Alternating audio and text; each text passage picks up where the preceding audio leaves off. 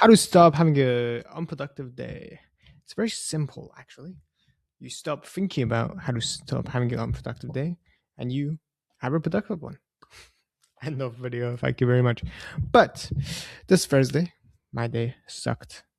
I woke up late. I wasted my time till about 2 p.m. I was like, fuck. And I kept thinking about that entire time, those 4 hours. How do I make this day better? And you know what I wasn't doing for those 4 hours? Making the day better.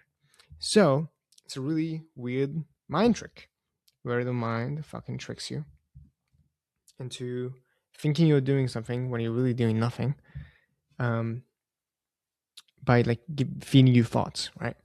And a way I found to get past that is by this little thing right here. Now, what is this ugly ass drawing? Well, if you focus on the start, and I would recommend drawing this out for yourself, you have to just focus on the thing. And then it locks you in. And after that, you can get into the flow of work because it stops you from having all of these thoughts and it gives you some clarity.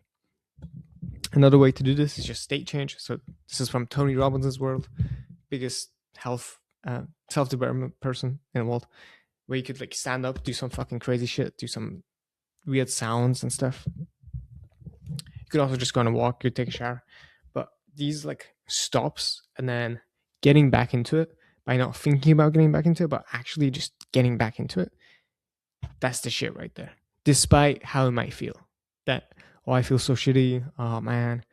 Acting despite that. That's how you get your fucking day back.